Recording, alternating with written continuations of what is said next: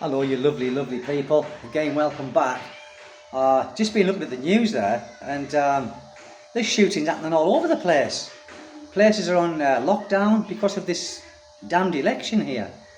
The one I've just been reading now is some watchers who were going to be in the election early morning, 6 a.m. They were sat having a cup of coffee, and a van drove past, opened fire, shooting them. There was a shootout with the police, the PMP, and the suspect that they think is behind it is the barangay captain. The barangay captain. So, there's got to be something in all of this, hasn't there? It's got to be more than worthwhile for people to be doing this. I don't mean shooting the people, I mean actually running for councillors and running for, whatever your position they are running for. It's just crazy, guys, isn't it?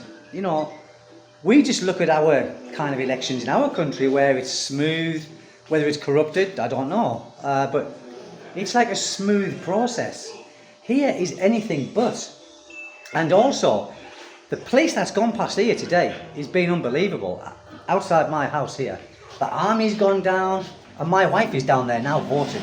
I'm staying in the house with my son, but just down this it's not even a highway, it's like a little road, because we're in the middle of the mountains here, basically. But, I've just been sat here with my son, and I've been watching army trucks with 25, 30 soldiers in there. 3 of them have gone down. Police cars have gone down.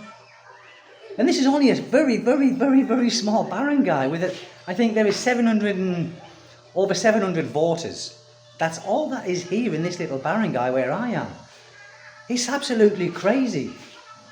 For all the years I've been here, and I've been through some elections, I've witnessed some elections, even in the big city, not a big city, but it's a city nevertheless, in Dipolo. And I've never seen such a large police presence during this election time. It doesn't concern foreigners because obviously, unless you're a citizen, you can't vote, you can't get involved in it, which is a damn good thing, I think. But God Almighty, it makes you think that our system of voting is, compared to this. And like I said, there are many places where these little provinces are on lockdown. They're on lockdown. I went out last night with my wife and my son, and we went to McDonald's. Went to McDonald's, and we went through 6 checkpoints. We was only stopped once, but nevertheless, there were 6 checkpoints. And it's just amazing. It's amazing. And the people were coming around late last night, giving little envelopes. I said to my wife, I said, look, don't do anything like that, Mira. You don't have to. You're with a foreigner, so you could be putting me at risk. So she hasn't done anything. She didn't. Yes, son. Okay, you come here then, my little boy. Yeah. All right, you come here. So she hasn't, participated in it. But everyone around here, they've been participating. They've been talking about it, waiting for it. And what happened as well? So the neighbour said to my wife this morning that they were going to give more this morning because they're waiting to see how much people are giving, so they want to up it. Oh, it's crazy, people, honestly. It's crazy. My goodness, I'm pleased, we have nothing to do with it, the foreigners. But I would imagine many people will look forward to this time. Civilians, who are going to vote because of the incentive that they get. Let's just call it that. But shootings. It'll be interesting at the end of the day or tomorrow just to see how many shootings have actually happened here. There was a shooting here about 3 or 4 months ago, which I did do a video about it. And the guy was a councillor. But apparently, it was nothing to do with him running for council. It was something to do with a bad business deal. But that's how easy it is here, people. Life is so cheap in the Philippines. You don't realise how cheap it actually is, but it is. Life is bloody cheap. And during these times, I think it's wise for many people like myself to do what I'm doing now, which is stay in the house, wait till everyone's voted, wait till the liquor ban has been lifted, I think midnight tonight, and then go about my daily business. So today, I'm not going out. I am not going out today. Today I'm staying home with my son.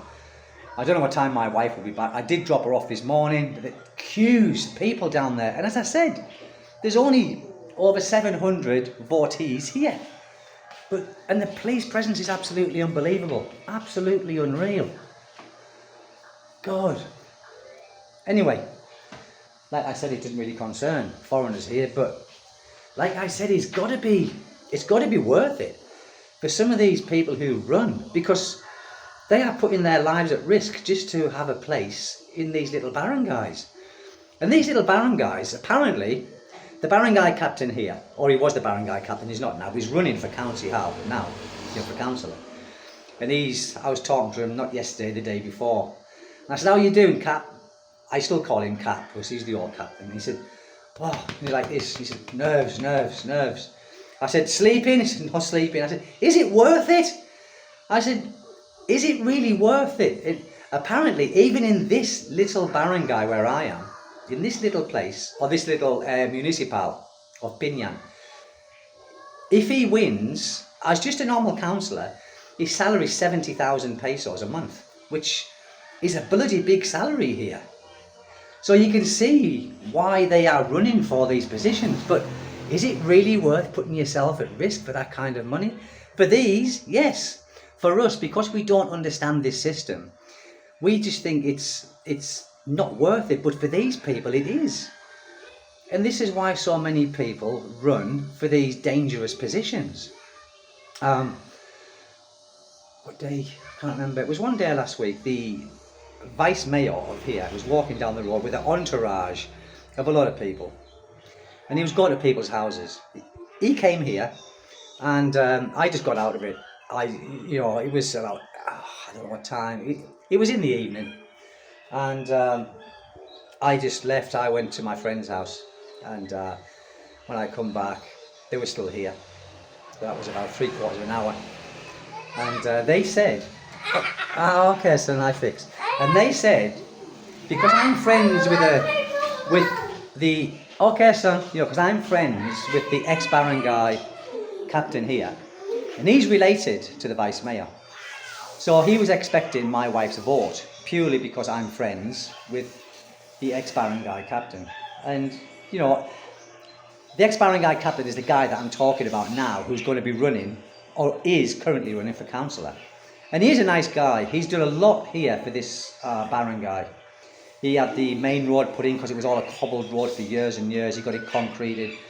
And he actually got water on for us, not me personally, but us as the barangay community. So he has done a lot, but I think they have to win so many barangays to actually be elected. He will win this one for sure because everyone likes him, but I don't know. Is it worth it in my eyes? I can't judge because I'm not Filipino.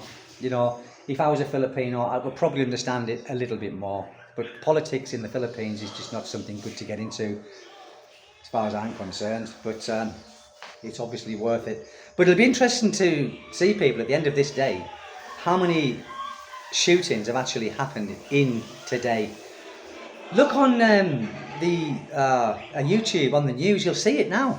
It's happening right now, all over the Philippines. But the one I saw was in Negros Occidental or something, or something like that. My goodness. So yeah, guys, it's quite a dangerous time for them. I'll be pleased when today's finished, because I'm quite nervous because my wife is down there. And I know I shouldn't have no reason to be nervous, but until she gets back home, I am a little bit kind of on edge. Because you just don't know what's going to kick off. You don't know what's going to kick off. The last election for the barangay captains and everything, it was nothing like this. There was a couple of policemen down there.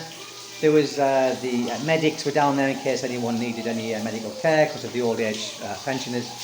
But this time, I've never seen so many police and army personnel go down this little road here to go down to the school in which they are casting their vote.